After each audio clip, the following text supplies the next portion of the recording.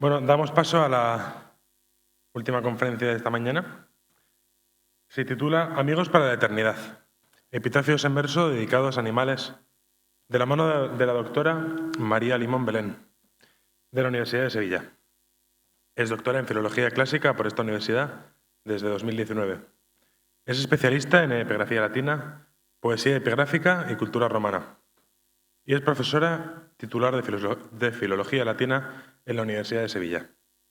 Su investigación se centra en las inscripciones latinas en verso, la memoria funeraria, la vida cotidiana en el mundo romano y la forma en que los textos inscritos nos permiten reconstruir la sociedad antigua. Dirige proyectos de investigación dedicados al estudio y difusión de la epigrafía latina. Además de su labor académica, desarrolla una intensa actividad de divulgación científica, acercando el mundo romano al público general a través de conferencias, cursos, redes sociales y proyectos audiovisuales. Con ustedes, la doctora Limón. Muchas gracias. Buenos días a todos. Voy a puntualizar que soy doctora desde 2013. En realidad, esto hay que puntualizarlo porque todos sabemos lo que cuesta hacer una tesis y la mía tiene ya algunos años, ¿no? Quiero dar las gracias también a quienes hacen posible año tras año esta semana y al cariño y la atención con la que nos reciben siempre a quienes tenemos la suerte de poder estar aquí con todos vosotros. Mi ponencia trata de animales, pero no solo de animales. Trata de conceptos, elementos, sentimientos que hemos ido viendo a lo largo del día de hoy y de ayer.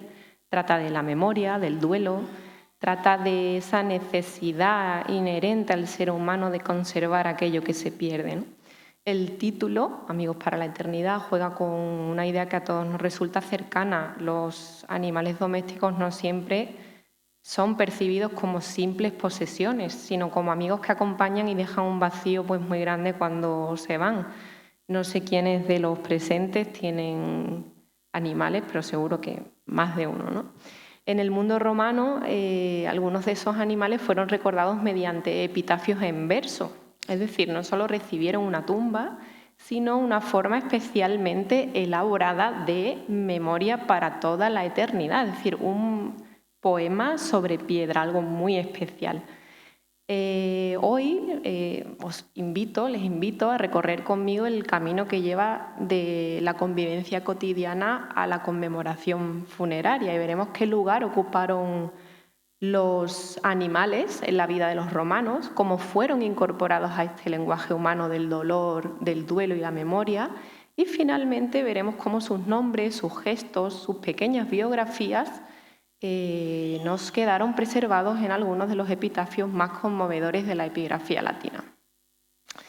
Antes de hablar de Roma, vamos a empezar por una experiencia que todos podemos entender. Los animales domésticos ocupan nuestros espacios más íntimos hoy, ¿no? Los tenemos muy malcriados, están en casa, en el sofá. Algunos se acomodan en la cama, se cuelan en nuestros horarios y entre nuestras obligaciones del día a día, ¿no? Se integran, en definitiva, en nuestra familia y en nuestra vida como seres vivos a los que cuidamos, pero también como miembros de esa casa y de ese hogar que compartimos con ellos, ¿no? Es decir, vamos construyendo, en cierto modo, una biografía compartida y esa biografía no se recuerda en abstracto, sino a partir de gestos mínimos sobre ellos, cómo dormía, cómo nos miraba, cómo nos esperaba en la puerta cuando volvemos del trabajo, cómo jugaba, en fin, cómo interaccionaba con nosotros, ¿no? Yo no tengo perro ni gato, pero esta es Carmela, es mi cobaya. Hoy tenía que salir aquí, os la tenía que enseñar, teniendo en cuenta la ocasión. Para algunos pues, es un animal insulso, pero Carmela me acompaña, me ha acompañado a hacer esta presentación.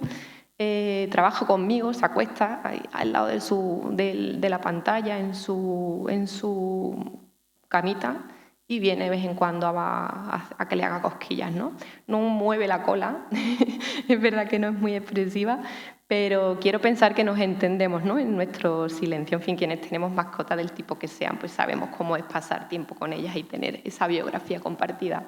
Hay dos formas diferentes de memoria animal que me gustaría distinguir. Por un lado está la memoria pública. Hay animales que son recordados de forma colectiva por valores que una comunidad quiere celebrar, ¿no? Normalmente esa fidelidad, heroicidad, resistencia. Este es Bobby, de Edimburgo. No nos va a sonar de nada, ¿no? Muchas veces estos animales son públicos, pero en un contexto comunitario determinado, no son mundialmente reconocidos, ¿no? Bobby es famoso porque, como otros muchos casos, pues veló la tumba de su dueño durante 14 años hasta su propia muerte, y los habitantes de Edimburgo le dedicaron este pequeño homenaje, ¿no? Bobby no nos suena, pero os sonará Hachiko. Hachiko también es recordado por su profunda devoción hacia su dueño, a quien esperaba, en este caso no en la tumba, sino en la estación a que volviera del trabajo, ¿no? Lo esperó 10 años. Hachiko pues, ha sido llevado al cine en una película que yo no he visto porque es de llorar mucho. No me gusta llorar con las películas, ¿no? La historia de Hachiko o de Bobby pues, nos puede resultar muy moderna, pero los romanos ya nos transmiten historias muy, muy parecidas, ¿no? Aquí tenemos la del perro de Galba, que fue asesinado, y ninguno de sus enemigos fue capaz de cortar su cabeza hasta que no consiguieron matar al perro que permanecía a su lado. Era un perro que, bueno, pues que le había acompañado a lo largo de su vida y que luchaba en apoyo de Galba, que ya estaba muerto, como si fuera su camarada en la guerra, ¿no? Y amigo hasta el último momento. Esto ya nos lo cuentan autores romanos, ¿no? Sí, son casos con 2000 años de diferencia, pero idénticos, ¿no? Y luego hay otra forma de memoria, que es la memoria íntima, que es la nuestra, la particular, la privada, pero que también se hace visible. Una lápida en un cementerio de animales o un epitafio romano, como los que veremos, no conmemoran necesariamente a un héroe público, conmemoran a un animal al que hemos querido porque hemos querido que su nombre sobreviviera. Ya hemos hablado mucho de ese deseo de perpetuar el recuerdo de alguien, en este caso de nuestros animales, a través del nombre, ¿no? Y esta diferencia nos lleva al centro de esta ponencia, es la idea de que todos los animales recordados no fueron famosos o no son famosos, ¿no? Aquí tenéis algunas imágenes de cementerios de animales que han sido siempre muy tradicionales en el mundo anglosajón. El de mi derecha es de París, pero ya se van imponiendo. En España ya creo que hay algunos, que son espacios destinados específicamente a dar sepultura a nuestros animales del tipo que sea. Ahí está Spaghetti, que era un conejo, ¿no?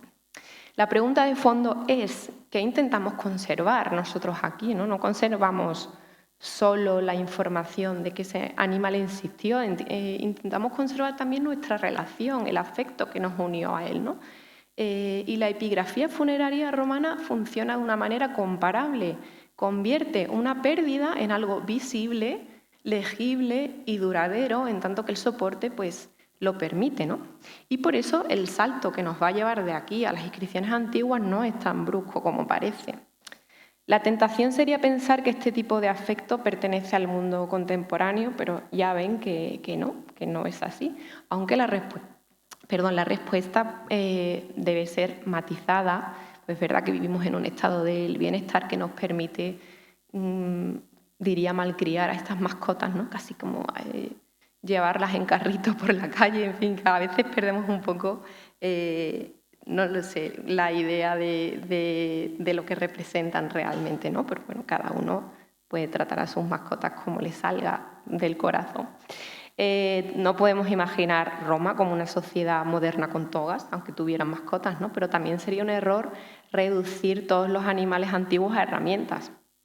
Es decir, entre uso, posesión, entrenamiento, existió una zona amplia de relaciones cotidianas que implicaban también muchos grados de afecto. En la antigua Grecia, pues ya tenemos la idea de ese perro como leal compañero del hombre, ¿no? Que tienen ahí el texto en el que Odiseo, Ulises, regresa a su casa después de 10 años en Troya y 10 años volviendo, y su perro, que ha esperado a ese momento, lo reconoce y aunque él va vestido de mendigo y muere, ¿no? Siempre digo que a mí en la historia de Argo no me salen las cuentas porque puede ser el perro más longevo de la historia, ¿no? Mínimo 21 años tenía el pobre Argo cuando muere a la vuelta de Odiseo a su casa, ¿no? Pero es la muestra de ese amigo fiel que reconoce a su amo a pesar de los años que ha estado ausente, 20 años, y a pesar de que ha vuelto con un aspecto pues, muy diferente al que dejó cuando se fue, ¿no? En la vida romana los animales estaban por todas partes, formaban parte de la economía agrícola, del transporte, de la caza, de la vigilancia doméstica. Había perros y otros animales adiestrados para la guerra, para el espectáculo, para los rituales.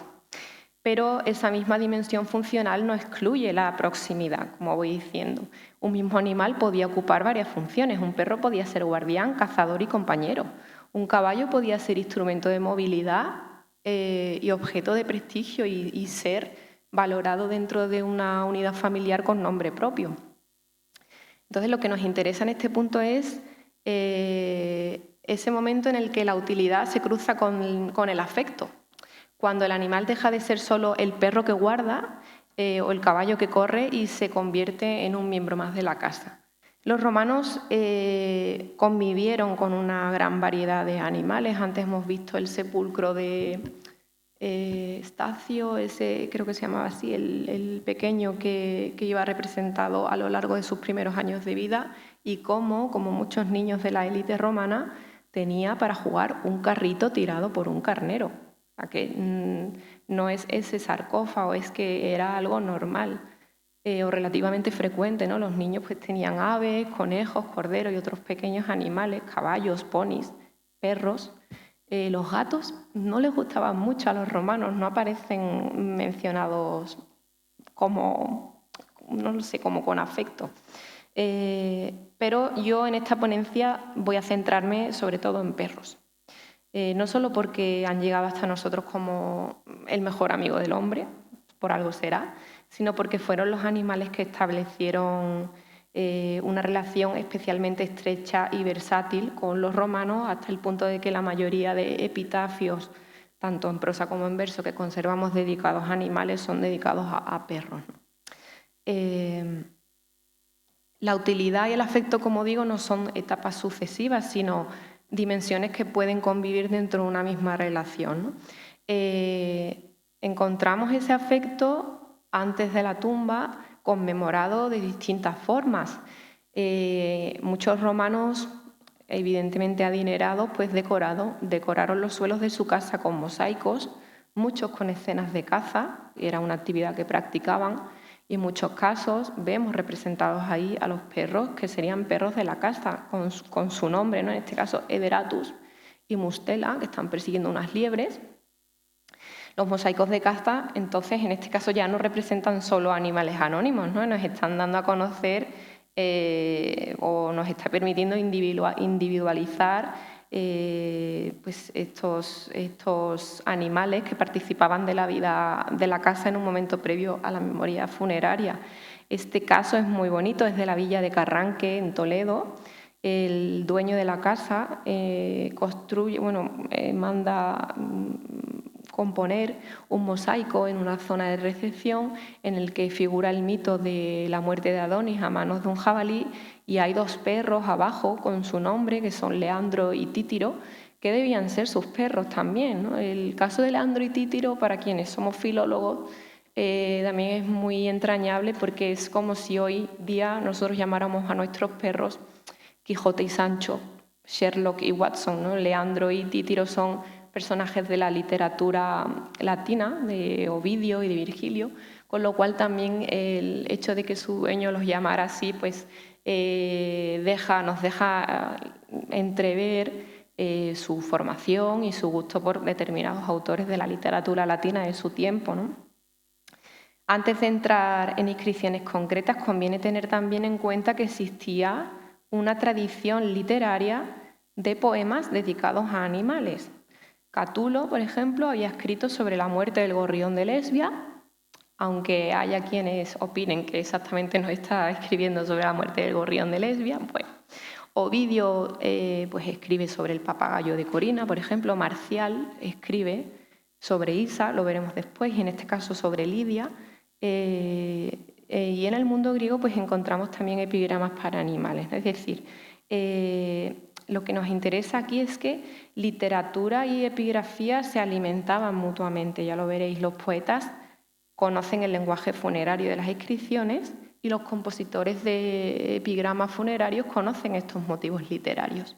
Y los epitafios en verso, tanto de animales como dedicados a personas, que hemos visto aquí ya más de uno, pues viven en ese cruce entre epigrafía y literatura, y eso es lo que los hace especialmente interesantes, ¿no?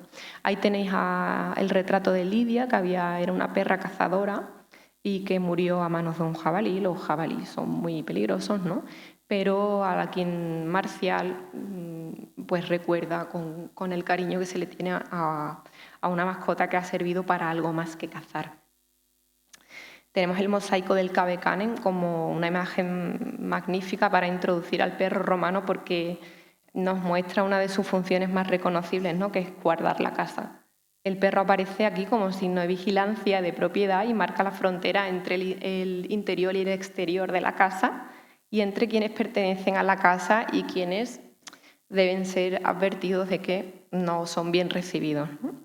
Ahí tenéis también ese texto de Columela que nos habla de las costumbres del campo y especialmente de la utilidad de tener estos perros guardianes. Ahí tenéis el de la casa del poeta trágico de Pompeya, que recibe al visitante con ese perro enorme. Y aquí tenéis, de nuevo, voy a referirme a Trimalción, al que creo que todos nos hemos referido ya en esta jornada, pero es que es verdad que ese texto de su cena pues da mucho que hablar en muchos sentidos, ¿no? Él nos cuenta cómo había un chico en medio de esa cena, bueno, en Trimalción, uno de los asistentes, que envolvía con un chal verde a una perrita negra y muy gorda, ¿no? Todo el afán del muchacho era engordar a la perra con una hogaza de pan que le había puesto en el lecho, y que la perra, harta de comer, rechazaba ya, ¿no? Y luego, pues, Trimalción manda que traigan a Escílax, que ya el propio nombre da imagen de la enormidad que debía tener ese perro, ¿no? El guardián de la casa. Y sin demora pues se trajo al perro atado a una cadena, un perrazo enorme, se dice, y lo obligaron a echarse delante de la mesa diciendo Trimalción que ninguno de la casa le quería más que él, ¿no? No sabemos la opinión de Escílax, sobre todo si se lo obligaba a echarse en el suelo a patadas, pero no. Ahí tenéis también dos estatuas diferentes de época romana de perros que representan algunas de las razas más valoradas. Unos son galgos. Los galgos eran un perro al que se le tenía mucha estima, sobre todo para cazar. Y luego una raza que llamamos moloso, que hoy está extinta, que debía ser un perro guardián grande, muy semejante a los grandes perros pastores que tenemos hoy, como los mastines, por ejemplo. Y aquí tenéis un perro guardián de Pompeya, el cadáver de un perro guardián de Pompeya que fue sorprendido por la erupción, probablemente atado a la gran cadena que le unía a su collar y probablemente a la puerta o a la zona de la casa donde estuviera, y del que hemos podido conservar el calco de yeso, ¿no? El pobre, bueno, revolviéndose por las condiciones en las que muere. Con el crecimiento de Roma y el desarrollo de su cultura, las clases acomodadas pues empezaron a tener esos animales pequeños como compañeros del hogar, ¿no? A malcriarlos. Eran animales normalmente pequeños, perritos falderos, con cualidades y habilidades que sus amos apreciaban, agradecían, porque bueno, pues les servían de compañía y entretenimiento, como esa perrita gorda negra que hemos visto antes, ¿no? Entonces tenemos retratos como este de la Antología Latina de alguien que nos está describiendo a su perrita, ¿no? La talla de mi perrita, o sea, mi perrita es pequeña, pero asequible. Podría sostenerla toda entera en el hueco de la mano. Bueno, quizás esta vez, o tenía una mano muy grande. A una voz del amo, corre servicial, parlanchina, saltando con ademanes que parecen humanos, ¿no? Es que es como si describiéramos a nuestros propios animales, ¿no? Su cuerpo lindo, no tiene nada de monstruoso, a todos gusta cuando la ven con su cuerpo chiquito, blanda en su comida y en blando colchón duerme, ¿no? Una malcriada también en toda regla. Es enemiga muy enconada de ratones y de gatos. Supera a sus miembros chiquitos con ladridos muy fieros. Eso pasa a veces, ¿eh? Los perros chiquititos son los que más ladran. Y si la naturaleza lo permitiera, se le podría enseñar a hablar. Esto es otro tópico que nos aparece mucho en descripciones de perros, esa idea de que solo le falta hablar, ¿no? Porque son tan listos que casi que nos entienden desde su silencio. Además de considerarse el perro un animal que servía como ayuda en la caza también, guardián de la casa, de rebaños, pues se convirtió, como hemos visto, en compañero del humano, y también los niños, fueron igualmente malcriados, receptores de cachorros como regalo, ¿no? Ayer creo que fue el profesor Beltrán quien, en alguna conversación nos ha salido este pasaje de Plinio, en el que Régulo, un padre desolado por la muerte de su hijo, manda echar a la pira del niño todos los animales que poseyó en vida, ¿no? Tenía ponis, tanto de silla como de enganche, perros de todos los tamaños, ruiseñores, papagayos, mirlos, es decir, bueno, un pequeño zoológico en casa, ¿no? En cierto modo, el pasaje de Plinio no deja de representar esto como una manifestación un poco extravagante y desmesurada del duelo, ¿no? De ese padre que ha perdido al hijo. Muchos ciudadanos también mandaban hacer retratos de sus animales de compañía a pintores o escultores, o encargaban, como ya hemos visto también, a poetas, pues escribir algunos versos elogiando sus cualidades. Este es Sincletus, es un perro que está en una casa pompeyana. Su nombre le acompaña. No sabemos si o era muy feo o no lo hicieron bien, pero Sincletus siempre ha tenido y tendrá todas mis simpatías. Si se fijan, realmente el retrato de Sincletus está hecho de forma posterior a lo que era la decoración de la pared. Es decir, en algún momento dado el dueño decide: voy a pintar al perro ahí. No sabemos si se había muerto o no, o antes de que se muriera, pero ahí estaba, ¿no? Algunos autores criticaron pues esta práctica como un medio de alardear de riqueza o de estatus social, pero no hay duda de que, aunque nos pueda parecer una extravagancia, pues en la mayoría de casos el afecto era verdadero y sincero. Tenéis por aquí, como contrapunto a este retrato de Sincletus, el poema que Marcial dedica a Isa, que es otra perrita de un amigo suyo, ¿no? De Publio. Igual se repite en muchos tópicos, ¿no? Cuando se queja pensarás que habla, puede sentir tristeza y alegría, se acuesta apoyada sobre su cuello y coge el sueño, ¿no? Nunca malchó la colcha con gota alguna, sino que con su pata zalamera pues despierta a su dueño y le avisa que la baje de la cama, ¿no? Y para que la última luz, la muerte, no se la arrebate del todo, Publio la tiene reproducida en un cuadro que seguramente no era como el de Sincletus, porque se nos dice que verás a una Isa tan parecida que ni ella misma se parece tanto a sí misma, ¿no? Alabando la fineza de ese retrato.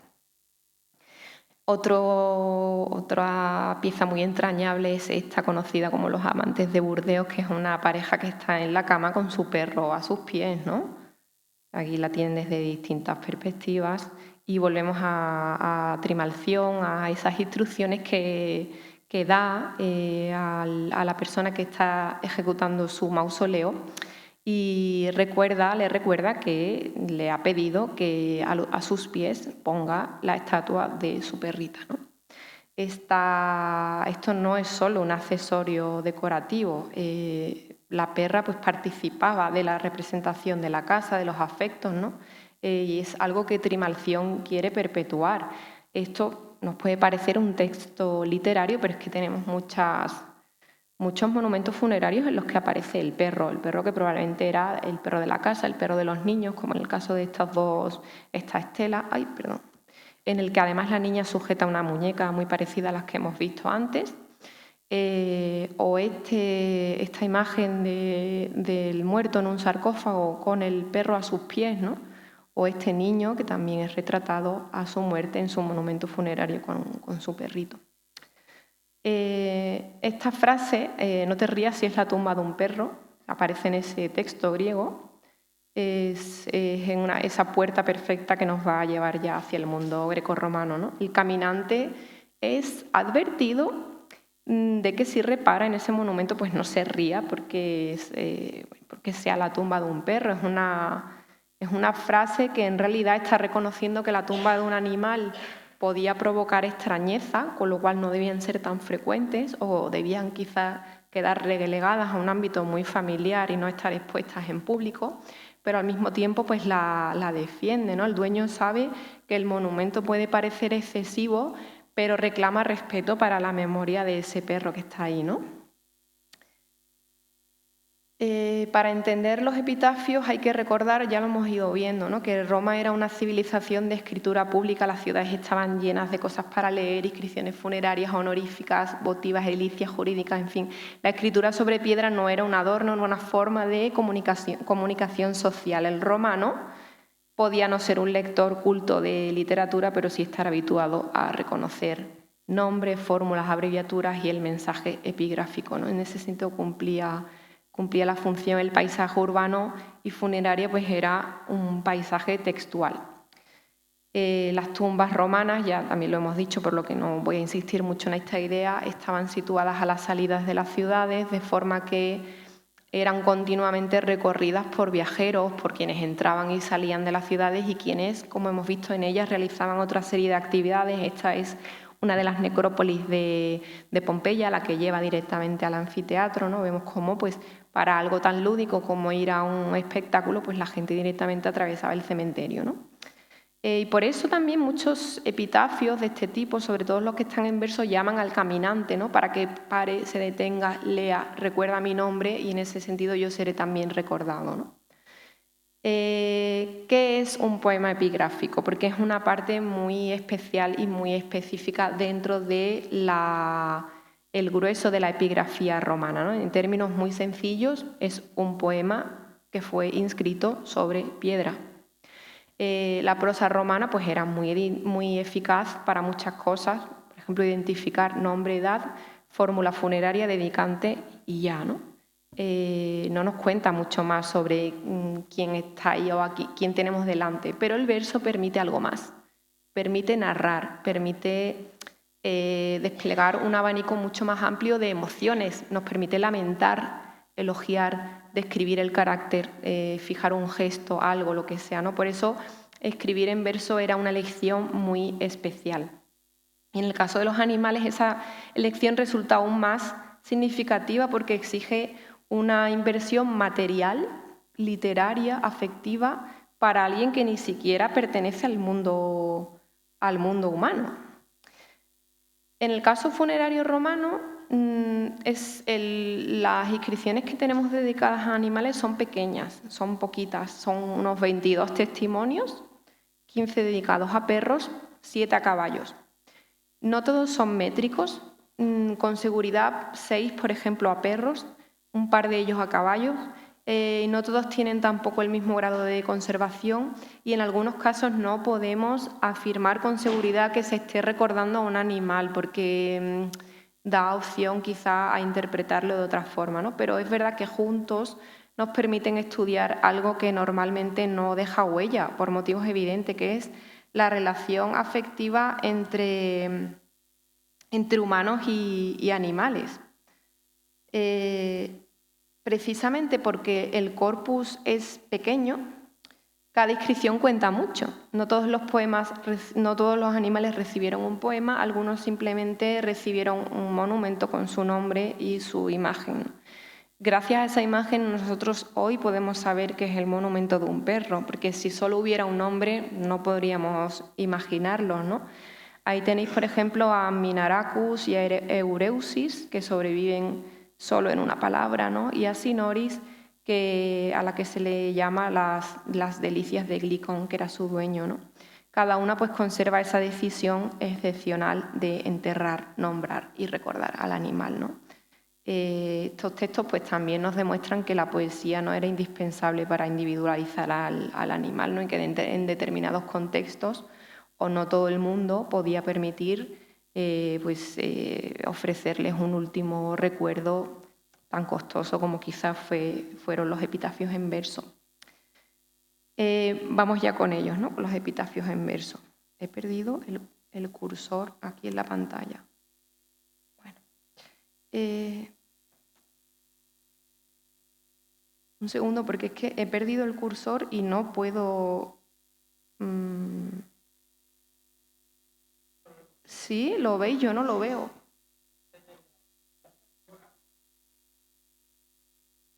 Yo no lo tengo. Voy a volver a entrar. Ahora, es que al no tenerlo no puedo mover la pantalla. El primer epitafio en verso que os quiero enseñar es el de Mía. Mía es un epitafio dedicado a una perrita de Aquitania. Está compuesta en endecasílabos falecios, que quizá no os diga nada, pero era un tipo de verso muy exclusivo que traen a Roma poetas como Catulo. Y desde el primer verso, el epitafio de Mía nos la describe por su carácter, ¿no? Qué dulce fue, qué cariñosa. No se habla de una función práctica o económica del animal, sino de una forma de convivencia. Mía pues se acostaba en el regazo, se subía a la cama, ¿no? Estaba cerca en la vigilancia doméstica, en el juego, en la relación que la unía con sus dueños. Este texto que tenéis aquí en español es la traducción del original latino. Mientras vivía, pues como veis, Mía se acostaba en el regazo de su dueña y era cómplice del sueño y del lecho. Es como el perrito que hemos visto en la cama de los amantes de Burdeos, ¿no? Se subía allí. Y la perrita pues formaba parte de un espacio que en principio pertenece al descanso de los humanos, ¿no? Se había inmiscuido ahí también en esa parte de la intimidad de la casa. Como veis, la memoria de Mía no se construye con grandes hechos, sino con una proximidad corporal, ¿no? Y ella es recordada porque estaba allí, era parte de la vida, porque acompañaba, porque jugaba, porque recibía al dueño, porque ocupaba un lugar habitual que había ya quedado vacío, ¿no? Se repite ese verso, o factum male, quod peristi, es decir, qué pena, qué desgracia mía que te hayas muerto, se repite 2 veces, ¿no?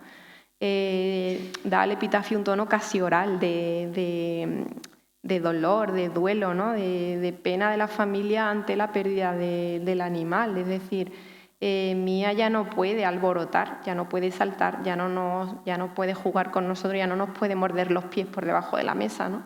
Y este es uno de los rasgos más conmovedores del texto. No se describe la muerte como algo abstracto, sino como una interrupción de los gestos que hacían reconocible a Mía, ¿no? La ausencia pues, se mide entonces por la desaparición de su conducta cotidiana. Luego está Margarita. Margarita, que para nosotros tiene un nombre muy sonoro y que existe en nuestro repertorio, pero que en latín significaba perla. Margarita se llamaba Perla. Quizá deberíamos llamarla Perla a partir de ahora.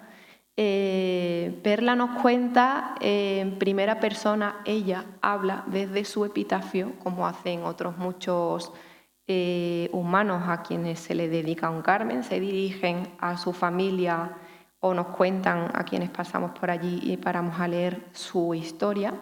Y nos cuenta lo primero con una referencia preciosa a Virgilio, con ese Gallia me genuit, imitando el pseudo epitafio de Virgilio, que procedía de la Galia, es decir, Perla, Margarita, era un galgo, una galguita.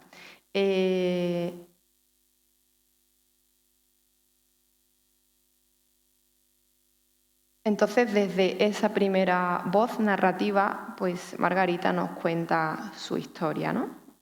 Tuvo una vida completa, que se condensa en esa serie de dísticos elegíacos que resumen en 12 versos pues, los esenciales de su vida. Procedencia, como hemos dicho, pues era de la Galia. Su nombre y su belleza, es decir, una concha del mar me dio mi nombre, se está haciendo ahí un juego con el nombre Perla y su procedencia y esa relación entre nombre, belleza e identidad, es decir, es un procedimiento frecuente en la poesía latina que juega con la etimología de los nombres, ¿no? Y se está usando aquí por un compositor que debía ser muy docto, muy culto y conocer muy bien los modelos clásicos para inmortalizar a un perro. Luego se nos describe como perra cazadora, docta, audax, ¿no? Margarita es presentada como experta y valiente en los bosques, pero es que el adjetivo docta, que alude a su adiestramiento, es utilizado también muchas veces por los poetas elegíacos para describirnos a la docta puella, es decir, a esa clase de chicas de la élite que eran atractivas por su formación, porque eran chicas que habían sido instruidas más allá del ámbito doméstico en el que bueno, pues, desarrollarían toda su vida, también en literatura, en música, en danza, en otras cosas, ¿no? Entonces Margarita es descrita, o Perla, con el mismo adjetivo que reciben estas chicas de la élite, ¿no? Es una palabra muy asociada en la poesía latina, como digo, al aprendizaje, a la habilidad, al refinamiento. Nos cuenta también Perla que tuvo una vida sin violencia, ella no estuvo sometida ni a cadenas, como el pobre perro pompeyano, ni a palizas, ni a golpes, o sea, se la trató excesivamente bien, ¿no? Nos cuenta también de qué color era, nos lo dice ahí, era blanca como la nieve, ¿no? Un galgo blanco. Y luego nos retrata cómo era su intimidad doméstica, descansaba en el regazo de su dueño y de su dueña y dormía en un lecho especialmente preparado para ella. Esto nos recuerda mucho al texto de Isa que hemos visto de Marcial, ¿no? Que se dormía sobre el cuello de Publio. Y también volvemos aquí a esa idea de que con su boca hablaba más de lo permitido a un perro, ¿no? Con su boca muda de perro. Cuando se queja que creerías que habla, ¿no? Que decíamos antes de Isa. Luego, un dato muy curioso en el caso de Perla, de Margarita, es que nos dice de que muere. Son lo que llamamos muertes singulares. Normalmente cuando nos enfrentamos a un epitafio tenemos a un muerto, pero no sabemos de qué ha muerto. Margarita muere de parto, nos lo dice, que fue arrebatada por un parto funesto. Luego vamos a ver, esta tarde hay otra ponencia dedicada precisamente a ese momento de morir dando a luz, ¿no? Entonces, bueno, hemos visto cómo tenemos una auténtica biografía funeraria. Margarita tiene origen, nombre, cuerpo, carácter, habilidades, talentos, ¿no? En fin, el modelo es humano, pero los rasgos siguen siendo específicamente caninos. Si os interesa la historia de Margarita, a mí es que es una de mis preferidas, tanto como para que le dedicara con un proyecto que me dieron en Inglaterra, un documental que tenéis en YouTube. El documental está pagado con dinero, como digo, británico y es Margarita, elegí Margarita porque me gusta y porque está en el Museo Británico. La lápida procede de Roma, pero se conserva en el Museo Británico. Si os interesa, pues os animo a entrar y buscarlo, se encuentra fácil, ¿no? Luego tenemos Eolis, es una perrita con nombre griego. Nos pasa a veces que tendemos, bueno, va por modas, ¿no?, a poner nombres extranjeros a nuestros perros, ¿no? Bobby, Rocky, no sé, Kevin, no sé cuáles son las tendencias actuales en nombres para perros, pero los romanos también tenían cierta tendencia a los nombres griegos para sus animales, ¿no?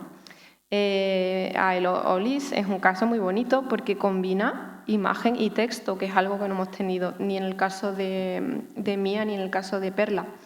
Y además la inscripción comienza llamando a ese lector que va a pasar por ahí. Kerne, ¿no? Mira, oye, mira esto. Mira la tumba de Eolis, ¿no?, que es una perrita alegre a quien lloré desmedidamente, arrebatada de mi lado por un destino fulminante. No se representa esa idea genérica del perro, sino una presencia concreta y también otra pequeña biografía visual y textual, ¿no? Se la llama Catella, no lo he dicho hasta ahora, Catella, lo tenéis aquí en la imagen, es perrita, es el diminutivo que se usaba para estos perritos domésticos Y algo muy bonito que me gustaría señalar en el caso de Eolis es que la tenéis ahí delante de una mesa en la que le pondrían su comida. Quedaros con esta imagen de perrita lamiendo el cuenco de la comida porque nos va a salir en uno de los siguientes epitafios que vamos a ver, ¿no? Tenemos a veces perritos muy mal acostumbrados a sentarse al lado nuestra en la mesa y poner cara triste para que les demos algo. Los romanos no eran menos con eso tampoco, ¿no? Patrick se pronuncia así. Yo sé que uno se ve muy tentado a llamarla Patricia cuando la vemos.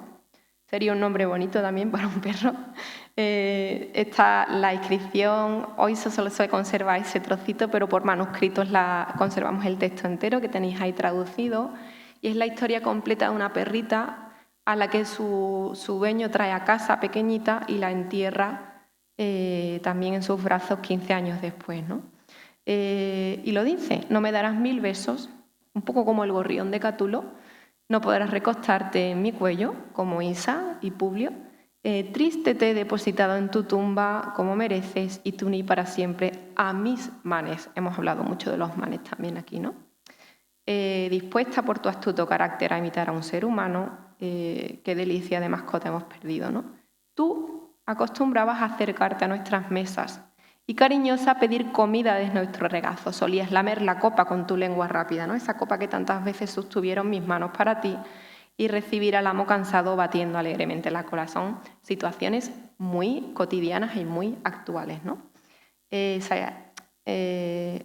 fin, resumiendo el epitafio de Patrick, pues condensa eso, ¿no? La escena del cachorro frente a la vejez, ese animal que nos ha acompañado a lo largo de tantos años en nuestra vida, la humanización otra vez de esa mirada cómplice, esa inteligencia casi humana, ¿no? que solo tiene esa limitación de que no hablan, y luego el ritual de la mesa, ¿no? Pocas cosas hay tan vívidas como la imagen de un perrito pues recogiendo o comiendo las sobras que su dueño le da de la mesa. Por último, creo que es el último ya, Fuscus, me dejo uno, he dicho antes que eran 6, hay uno que no he traído porque es muy fragmentario. Este es Fuscus, vivió tanto como Argos, el perro de Ulises, de 18 años. Ojo, es que 18 años de un perro sin veterinario y sin ese tipo de cuidados. ¿Cuántas veces habéis llevado al perro al veterinario? ¿Cuántas veces la lleváis al año? Y Fuscus llegó a los 18, Patrick a los 15, es decir, eran perros pues muy longevos, ¿no? El epitafio de Fuscus es particular también porque precisamente no nos recuerda una muerte prematura como pudo ser la de Margarita, la de Perla, sino una vida excepcionalmente larga, ¿no? Hasta el punto de que nos describe como ya anciano, ¿no? Los 18 años alcanzó y a duras penas podía, ya viejo, arrastrar sus patitas, ¿no? Esa imagen del perro ya muy cansado y muy, muy mayor. Entonces este texto destaca porque conserva el nombre, la edad y su fragilidad, ¿no? En sus últimos días. No se elogia en este caso su fuerza ni su utilidad, sino el propio hecho de haber envejecido junto con sus dueños, ¿no? De haberlos acompañado tanto tiempo. Se usa en latín el término senex, del que nosotros tenemos senectud, ¿no? Habitual para describir precisamente esas edades humanas. Entonces se está convirtiendo la vida de ese perro en una biografía muy humanizada también, ¿no? Es decir, la inscripción tiene 4 versos, pero transforma o condensa muchos años de convivencia y de memoria, ¿no? Después de examinar estos epitafios, voy terminando, que estaremos ya muy cansados todos. Vemos que todos comparten una misma estructura. Un nombre propio, indispensable en una tumba. Por otra parte, no podemos dejar de ponerlo, ¿no? El animal deja también de ser anónimo y se convierte en individuo: Mía, Perla, Eolis, Fuscus, ¿no? Luego esa breve biografía en la que se recuerdan su origen, su edad, sus habilidades, su carácter o incluso las causas de su muerte, como hemos visto. Y luego elementos muy, muy comunes en las inscripciones en verso. La laudatio, es decir, esa parte en la que alabamos las virtudes de quien nos ha dejado, ¿no? En este caso pues se elogian cualidades propias de los animales, la dulzura, la alegría, la fidelidad, la inteligencia, el valor. Luego tenemos otra parte muy común también en inscripciones en verso, como es la lamentatio, es decir, el lamento hacia esa muerte, por otro lado, inevitable, ¿no? En este caso pues se expresa mediante el destino, ¿no? Un destino funesto me arrebató, el sepulcro, el mármol, la referencia a los manes, ¿no? Te he unido a mis manes, como en los epitafios humanos, ¿no? Otra constante que tienen pues, es la ausencia cotidiana. Todos han dejado un vacío. El dolor no se mide en sí por la muerte, sino por los gestos que ya no volverán. Es decir, ya no volverá a dormir en el regazo, a jugar, a mordisquear, a pedir comida, a mover la cola, etc. Y luego vemos cómo los mismos metros, versos y recursos que se utilizan en la poesía latina conviven y convierten, en este caso, esa relación doméstica en memoria literaria. En este caso, de procedimientos narrativos específicos de la literatura, tenemos, por ejemplo, en el caso de Margarita, sería muy largo hacer una comparación, muy bonito pero muy largo, no me podría detener en eso ahora, ya hemos ido viendo algunos ejemplos, algunos paralelos. Perla habla en primera persona, como tantos difuntos de la epigrafía. Su comienzo, ya lo he dicho, pertenece a esa tradición epigráfica de fórmulas como la asociada al propio epitafio de Virgilio, que debía ser muy conocido, muy popular, ¿no? Mía dialoga, especialmente con textos de Catulo y de Marcial. El metro es muy de Catulo, es en decasílabo falecio. Y el lamento reiterado por su muerte pues recuerda mucho también a los poetas elegíacos, ¿no? Luego Patrick e Isa, una epigráfica y otra literaria, pues comparten el lenguaje de los besos, del lecho, de la comunicación casi humana, la intimidad corporal con sus dueños, ¿no? Todos hablan más de lo permitido con su boca canina, es otra constante, ¿no?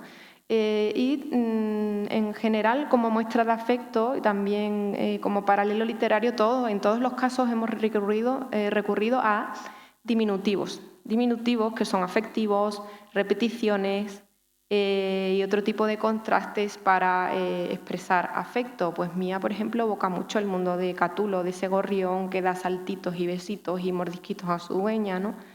En fin, bueno, Margarita y Virgilio, Patrick y Marcial.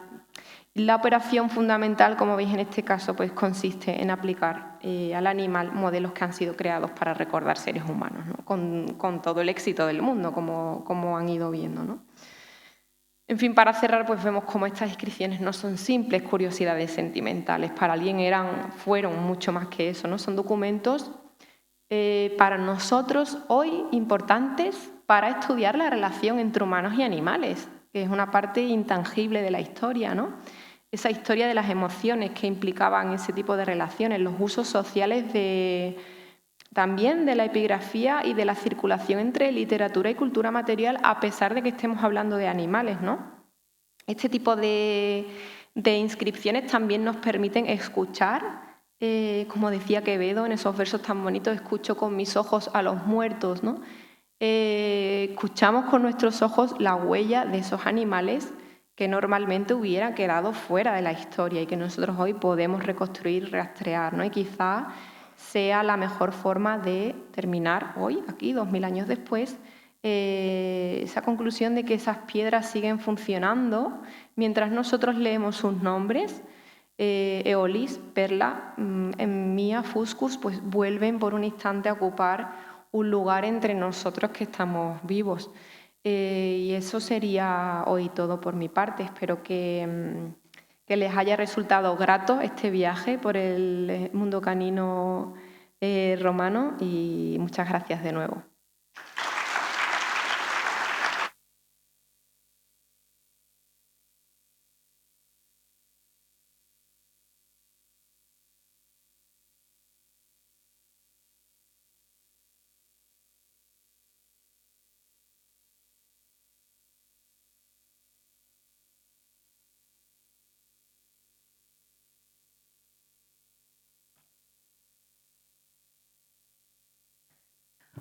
Muchísimas gracias a las 4 por estas fantásticas ponencias. Creo que tenemos la cabeza ahora mismo con un montón, no, como un bombo, no. La tenemos llena de cosas fantásticas. Desde casa están, bueno, desde el otro lado de la red están dando las gracias hemos tenido una media de 39 personas, 40 al otro lado. Están dando las gracias por todas las ponencias y hay algunas preguntas. Quería agradeceros que a pesar de que hemos tenido una ponencia más en la mañana, todavía no son las 2. No, pero ha estado súper ajustado, muy bien. No sé si hay alguna pregunta en la sala, mientras busco las de que están haciendo en internet. Yo quería hacer un comentario un comentario que me ha surgido después de todo esto de los muertos inquietos y demás. Que una de las cosas que está clara es que seguimos en nuestra profesión reviviendo a esta gente, pero también generando muchos muertos inquietos, porque estamos continuamente alterando tumbas que espero que no nos aparezcan de verdad, porque madre mía. No sé si hay alguna pregunta en la sala. Sí. Francisco Beltrán.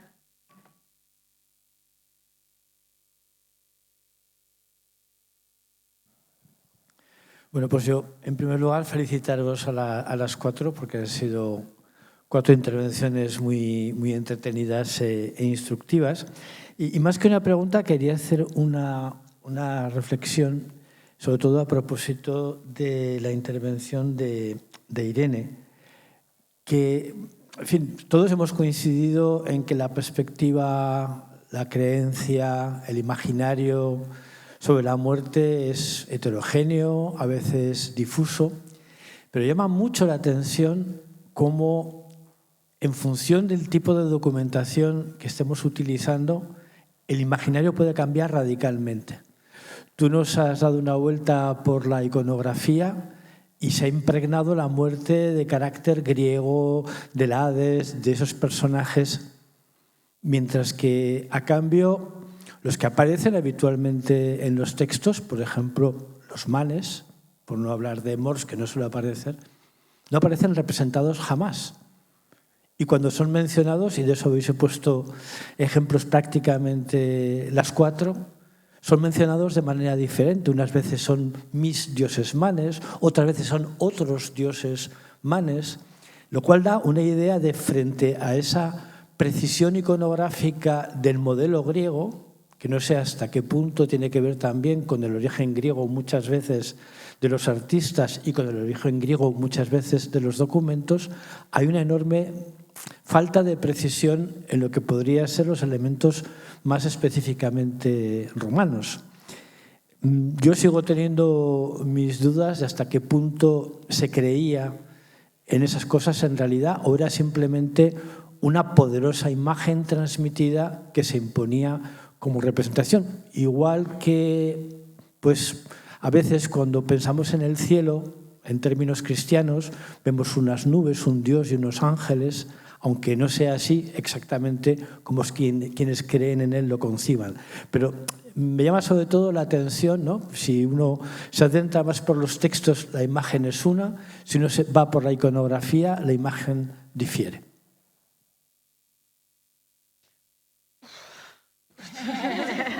No sé totalmente, o sea, la imagen y el texto son vehículos diferentes, eso lo tenemos claro, pero también sabemos que se interfieren y yo pienso que las imágenes, todas estas que hemos visto, por ejemplo, del Hades, están profundísimamente condicionadas por las descripciones literarias. Creo que surgen de ahí. Eso está claro. Y luego, respecto al imaginario griego, evidentemente, sobre todo en esos grandes mitos. Perdóname, es que estoy ya muy desordenada, muy cansada. Esto es verdad. Hemos estado hablando antes sobre la elusividad de la muerte romana, ¿no? De todas estas ideas de muerte, representaciones de muerte romana. Y hemos estado hablando antes, Paco y yo también, de lo violenta que es la iconografía romana, ¿no? En general, la profusión de imágenes violentas que hay, incluso en el arte público. Y yo pienso que tiene que ver con no representar, o sea, esa falta de concreción de la idea de la muerte propia de la iconografía romana tiene que ver con ese sentimiento profundamente religioso, o sea, de no representar ese momento violento, ese último momento, ese momento de transición, sino eso, representar el antes y el después, pero no directamente una especie de respeto, ¿no?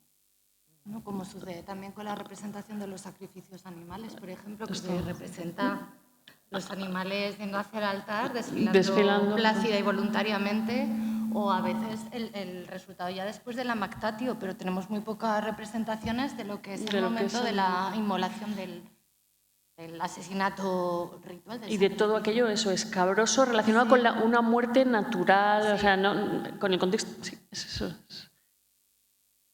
De no tener ni una imagen de los manes y que todas las inscripciones funerarias a partir de una determinada época, todas no, pero muchísimas, los mencionen, ¿no?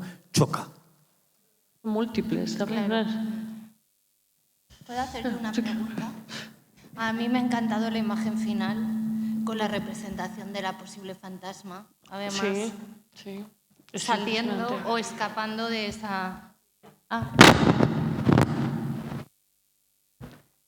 Ahora, que a mí me ha gustado mucho la imagen final que has puesto del sarcófago con la imagen de la fantasma que yo no conocía y de la que hablamos ayer, que tú me la mostraste, de esa mujer que está asomándose al mundo de los vivos o manteniendo esa situación liminal, en esa puerta que es umbral entre dos realidades totalmente opuestas que se conectan ahí, en esa imagen perpetua. Y me parece muy interesante y muy inhabitual, porque pasa un poco como con los manes.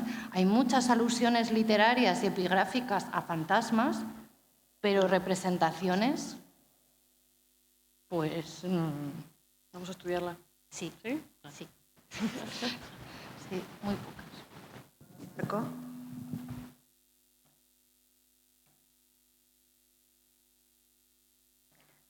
No.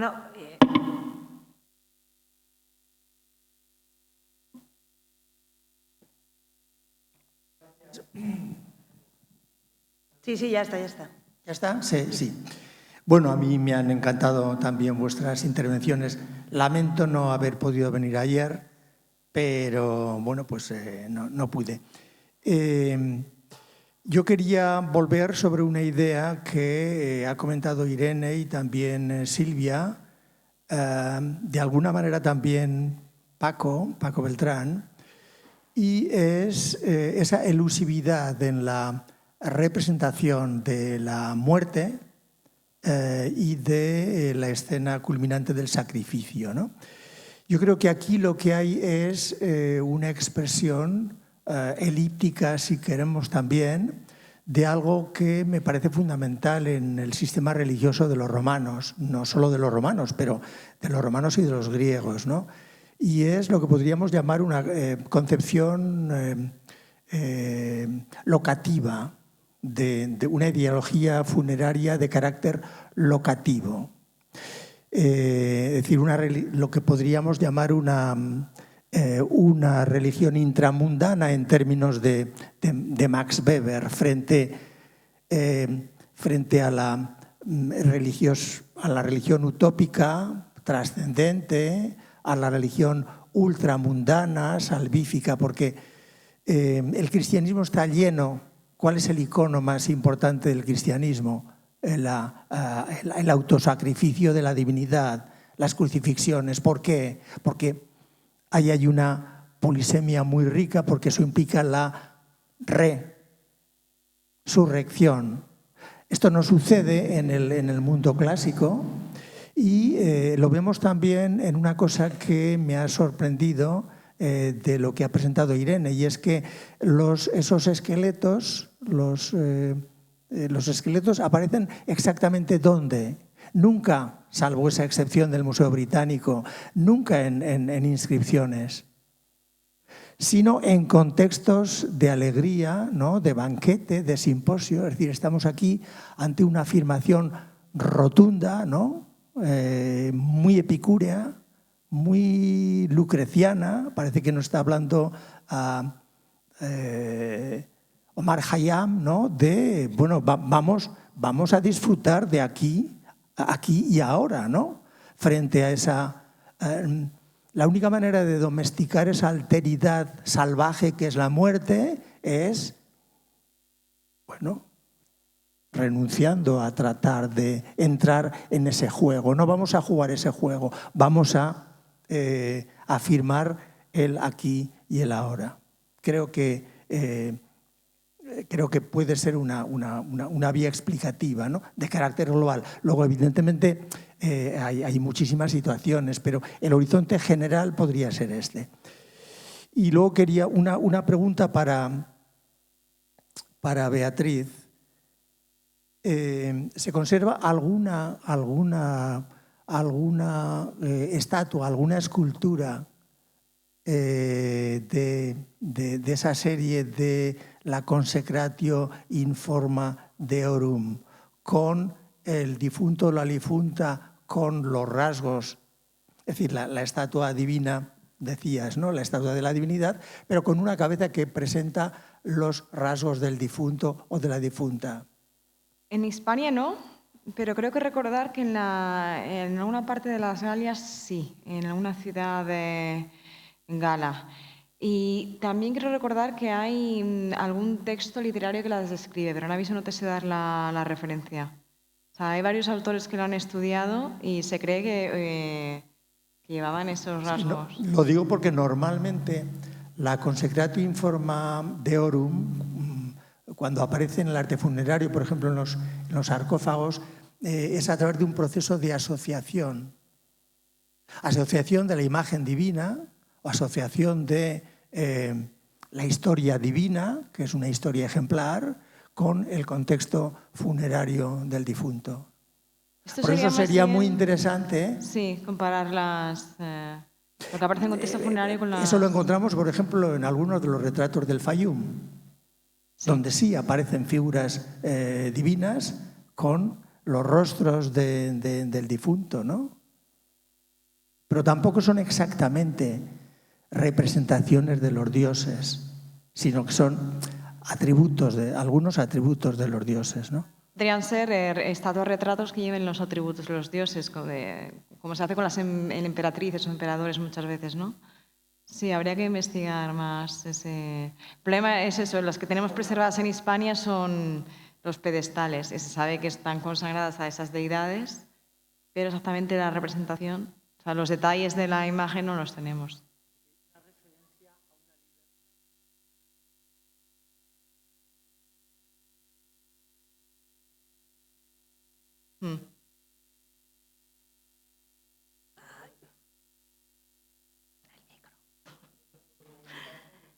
Paco, ¿puedes coger el micro, porfa? Es que si no en casa no se enteran. Gracias.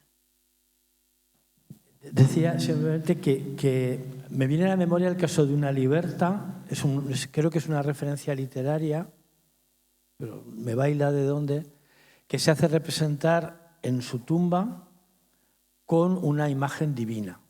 En el caso de los emperadores es habitual, es el más habitual. El propio Augusto de Prima Porta, en cierto modo, tiene unos rasgos con los pies desnudos, etcétera, con los que no son propiamente humanos. Por lo menos algún caso de mortales sí que hay. Lo que no sé si se conserva la estatua, yo diría que no.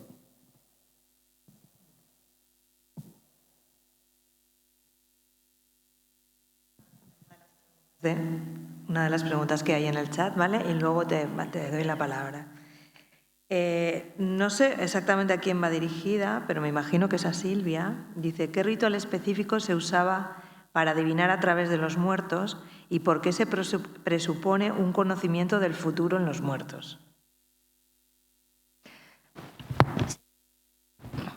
Se presupone un conocimiento del futuro en los muertos porque tienen acceso al más allá y a las potencias sobrenaturales. Y eso en la mentalidad romana les confería un saber extrahumano y a través de ellos podían acceder a otro conocimiento que no era el ordinario.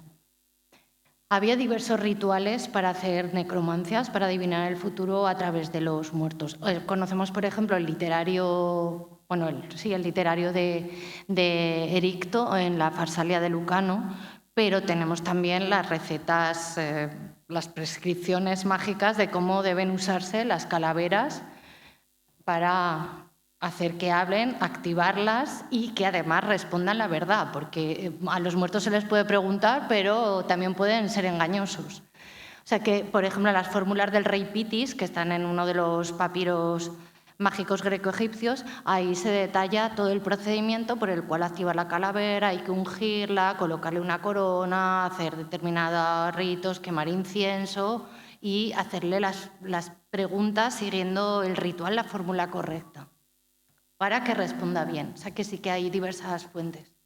Vale, la última que hay en el chat, y ya te doy la palabra, dice, sobre el tema de las sabas del que ha hablado la primera ponente, es interesante comentar que en Japón, durante el Setsubun, fiesta que marca el final del invierno, se arrojan habas para ahuyentar a demonios. Súper interesante, no lo conocía y bueno, yo creo que es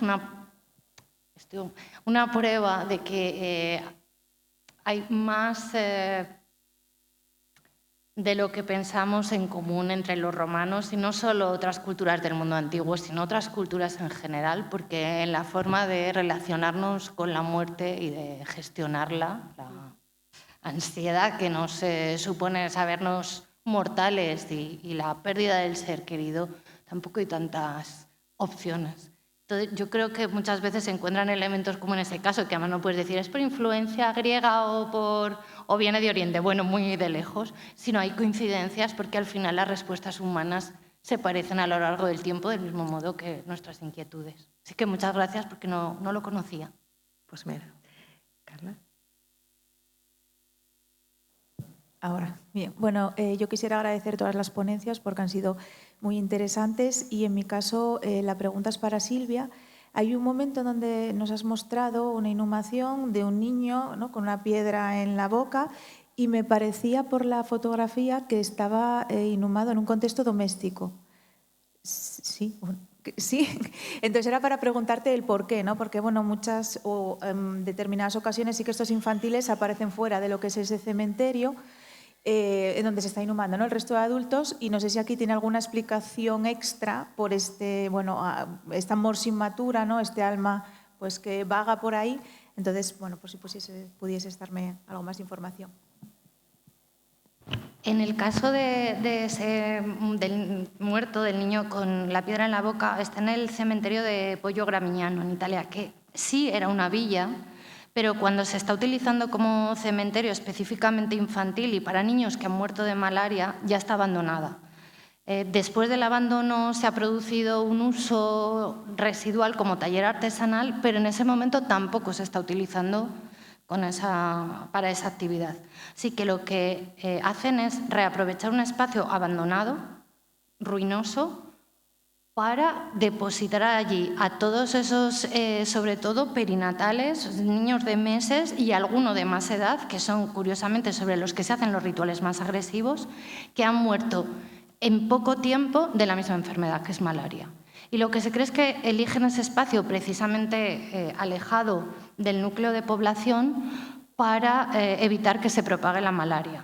Y que los rituales que se hacen allí son tan singulares porque lo que se quiere es apaciguar esos muertos que fallecen prematuramente, pero además de forma rápida y violenta, y evitar que se propague la enfermedad. Por eso no solo se colocan piedras encima de ellos, sino que, por ejemplo, se sacrificaron cachorros de perro de color negro, que son decapitados, y se han encontrado también otros elementos animales singulares, como restos de batracios, restos de cuervos.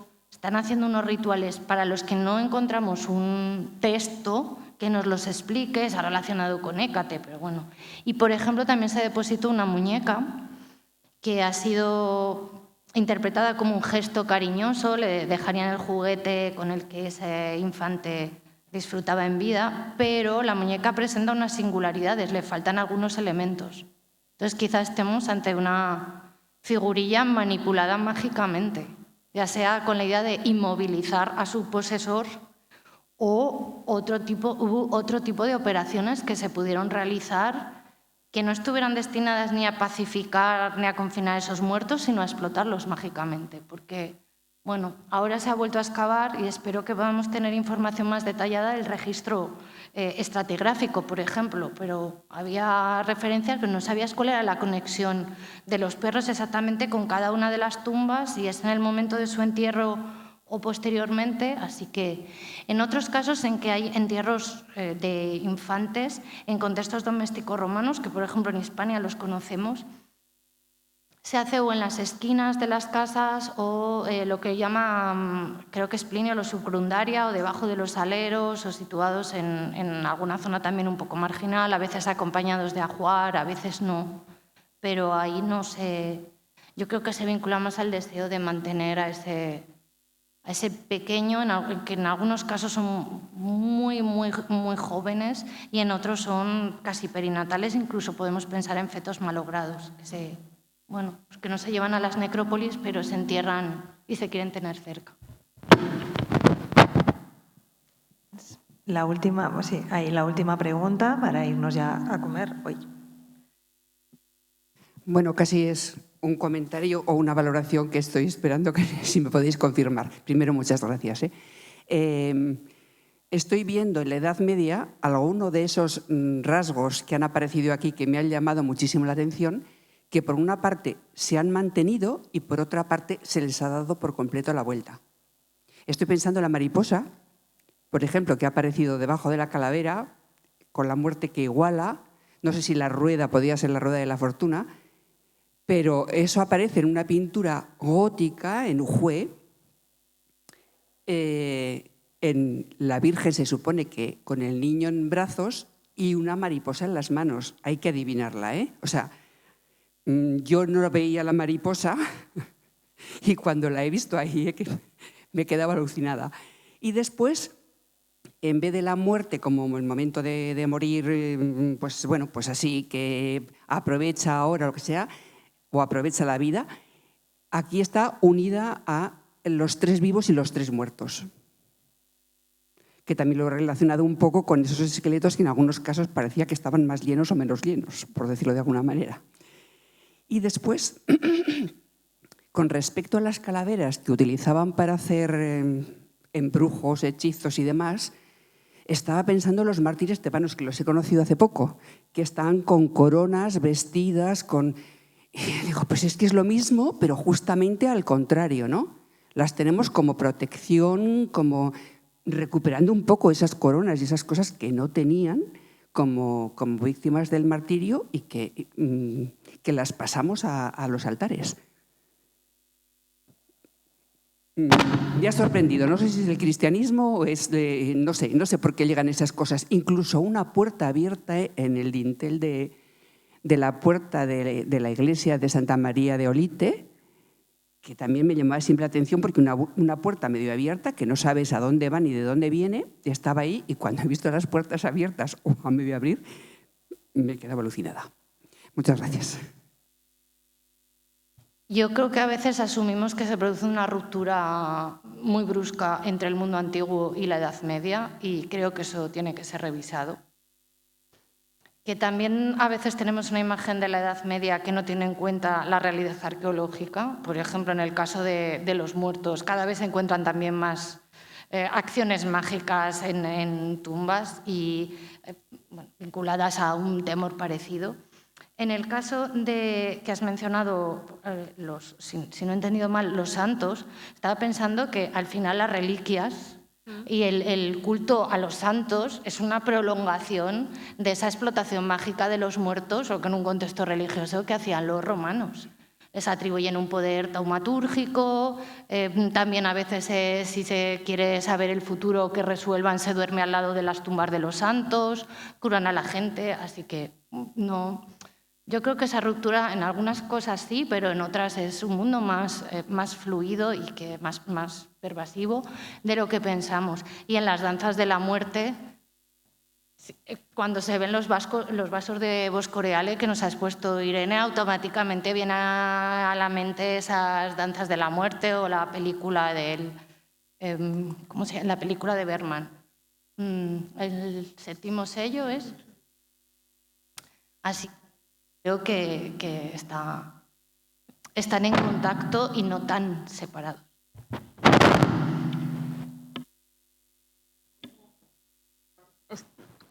Yo entiendo lo que quieres decir y, por supuesto, ese tema de la muerte lo iguala todo, existe ya en época antigua, luego se reactiva, sobre todo en el siglo XV, diría yo. Pero claro, ahí la diferencia es esencialmente la diferencia del cristianismo, o sea, cómo concibe el cristianismo a los muertos, que una cosa separada, lejos de mí, en una esfera que yo no puedo tocar, frente a estos con los que mantengo un contacto diario. Entonces ahí, o sea, todos esos mitos todos esos usos se pueden continuar, pero sin embargo hay una diferencia radical en lo que respecta a ambos mundos, ¿no? Vamos, por la tarde, como tenemos un ratito más, vamos a dejar las preguntas porque ya son las 2:20. Y esta tarde nos vemos, bueno, muchísimas gracias a las ponentes por las magníficas ponencias y estas respuestas. Muchas gracias a los que estáis en casa y los que estáis aquí. Nos vemos a las 5 de la tarde, en la que tendremos la última sesión de esta Semana Romana. Nos vemos a las 5. Gracias.